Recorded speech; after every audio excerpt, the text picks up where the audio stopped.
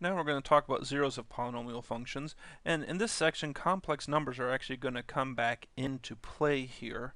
Now when we get complex zeros, because we're graphing these functions on the real coordinate system, that just means those zeros that are complex numbers don't actually equate to x-intercepts. So if they're not real zeros, then those are not x-intercepts. But if they're a real zero, it's an x-intercept. And we can quickly give you indication of that here. So let's first look at what some of the important concepts are here. First off, let's start off with the fundamental theorem of algebra. Now, anytime you have the word fundamental theorem associated with something, that means it's pretty important. There's a fundamental theorem of arithmetic, there's fundamental theorem of calculus, there's lots of fundamental theorems. And that just basically means they're very important. Now, the fundamental theorem of algebra, well, this states that if f at x is a polynomial of degree n,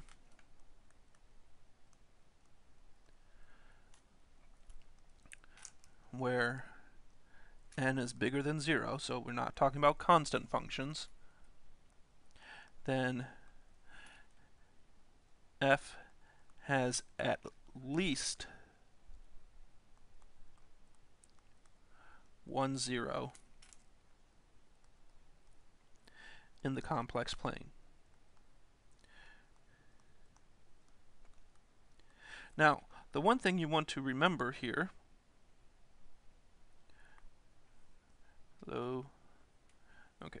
complex plane. The one thing you want to remember is that the complex plane also contains the real numbers. The horizontal axis on the complex plane is all of the real numbers. So when we say that it has at least one zero in the complex plane, it could be just a real zero, a real number, or it could be a complex number. But there's another kind of version of this. This is the most general one that is most commonly used. But there is another one here that sometimes people will state here, is that if f at x is a polynomial of degree n, where n is greater than 0,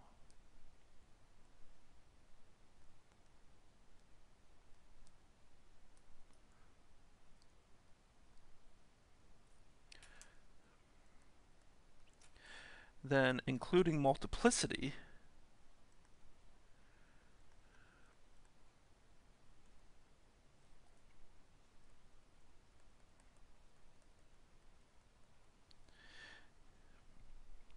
f at x has exactly n complex zeros. And let's go and just look at a simple example, couple simple examples to explain this with quadratic functions. And then we'll talk about another theorem here. And so what do we have here? Well, with simple example with quadratic is just x squared minus 4 f at x. So this is polynomial, so I have at least one zero in the complex plane. Now, if we think about this, these zeros are pretty straightforward to find. This is just 0 is equal to x squared minus 4. So 0 is equal to x plus 2 times x minus 2, and my zeros are 2 and minus 2.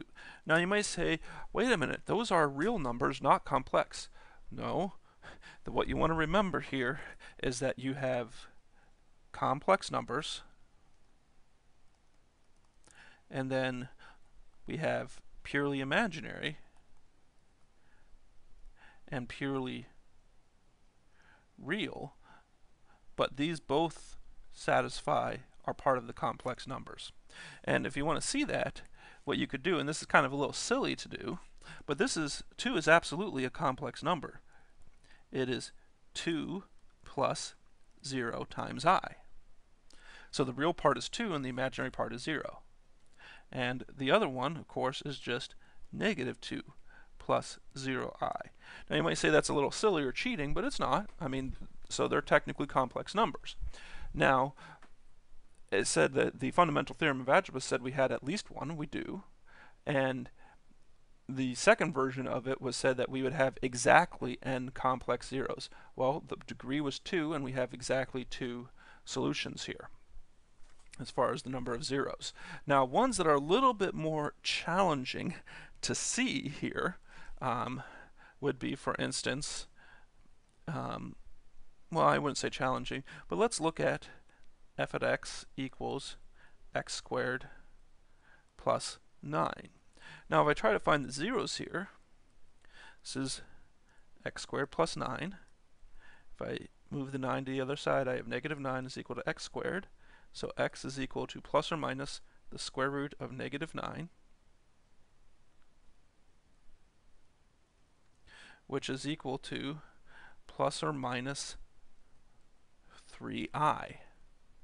So this is definitely still got 2 roots.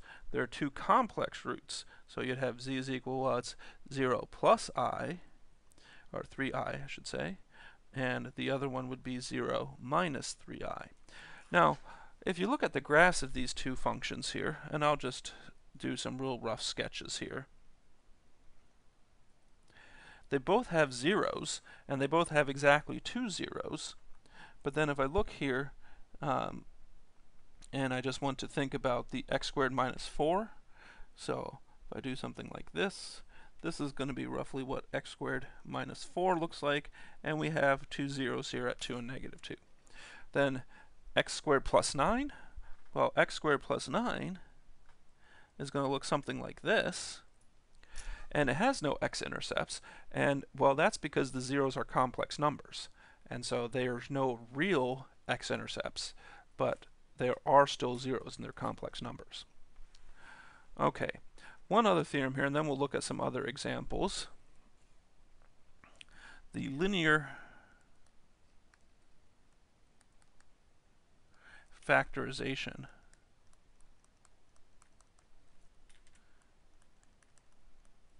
theorem. So if f of x is a polynomial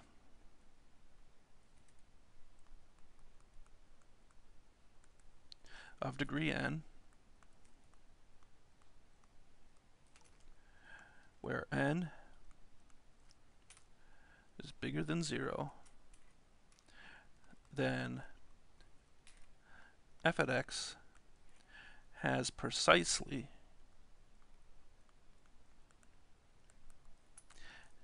n linear factors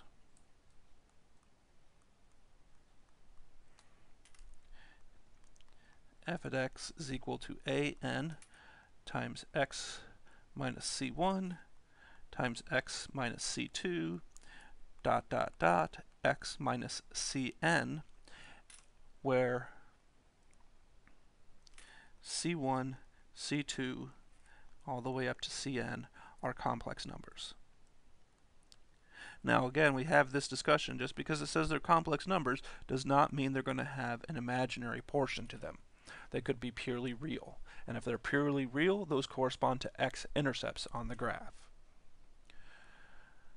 Okay, now this is something that I'm going to star here. This is pretty important. Sometimes books have this as a theorem, something like that. If f of x has an's being all, if f of x has an, let me do it this way, a1 up to an being real valued,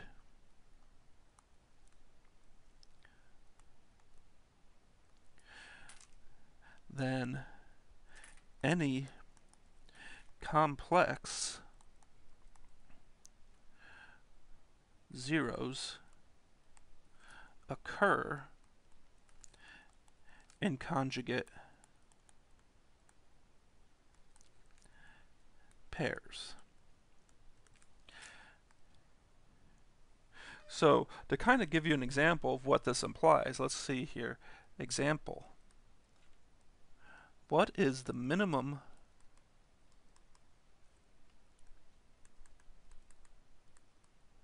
degree of a polynomial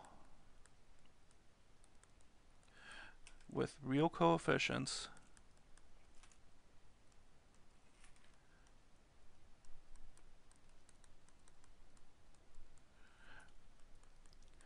that has zeros of x equals 3 and 2 minus I. So what is the degree of the minimum degree of a polynomial with real coefficients that has zeros of 3 and 2 minus I? Well, we can actually just write down what this is, and this is actually something we'll do another example of here. Well, if I want to write this down, f at x, minimum degree, well, if it's got a 0, that means it would be x minus 3, because that's what I get from the 3, and then x minus parenthesis 2 minus I. But then we just stated that complex zeros occur in conjugate pairs. So that means I need to have one more 0, and this would be x minus 2 plus I. And so then if you were to FOIL this out, which, yeah, let's go ahead and do it. X minus 3, this is going to be x minus 2 plus I, and then x minus 2 minus I. Well, before I FOIL it all out, we can see I have x times x times x, which would be a third order polynomial. But let's go ahead and multiply this out to see what it is. So if I multiply this all out here, well, I'm going to take this in a couple steps. I'm going to just first do x minus 2 plus I times x minus 2 minus I. Now you could do this vertically. I'm just going to distribute this. So this would equal x times x minus 2 minus I minus 2 times x minus 2 minus I plus I times x minus 2 minus I. And that's just distributing. And so let's go ahead and distribute everything even more. So this is going to equal x squared minus 2x minus xi minus 2x plus 4 minus, not minus, so it'd be plus 2I. And then what do I have here? I've got plus I times x minus 2 times I minus I squared. Alright, now we're going to simplify, combine terms here. Well, first off, notice that I have a minus xi and a plus ix, or xi. So those would cancel. I've got a plus 2i and a minus 2i, so those would cancel. And then remember that I squared is negative 1. And so combining like terms here, this would be x squared minus 4x, and then I'd have 4 minus negative 1, which would be plus 5. And so I can write now here, thing doesn't scroll too far ahead of me, that f at x is equal to x minus 3 times x, come on,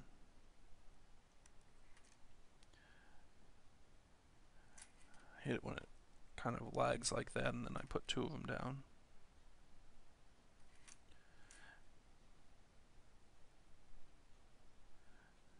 Squared minus 4x plus 5. So this is what f of x would be. And then to figure out the rest of this, you just have to distribute and combine like terms. So I'll just go ahead and do that. So this is equal to x cubed minus 4x squared plus 5x minus 3x squared plus 12x minus 15. Then combining like terms, we get this as x cubed minus 4 minus 3 minus 7x squared plus 5 plus 12 plus 17x minus 15. And so that's what we have here. Now, we're actually going to end here on this video. We've got one more video from this section, and this is going to be how we can tell if we have rational zeros here.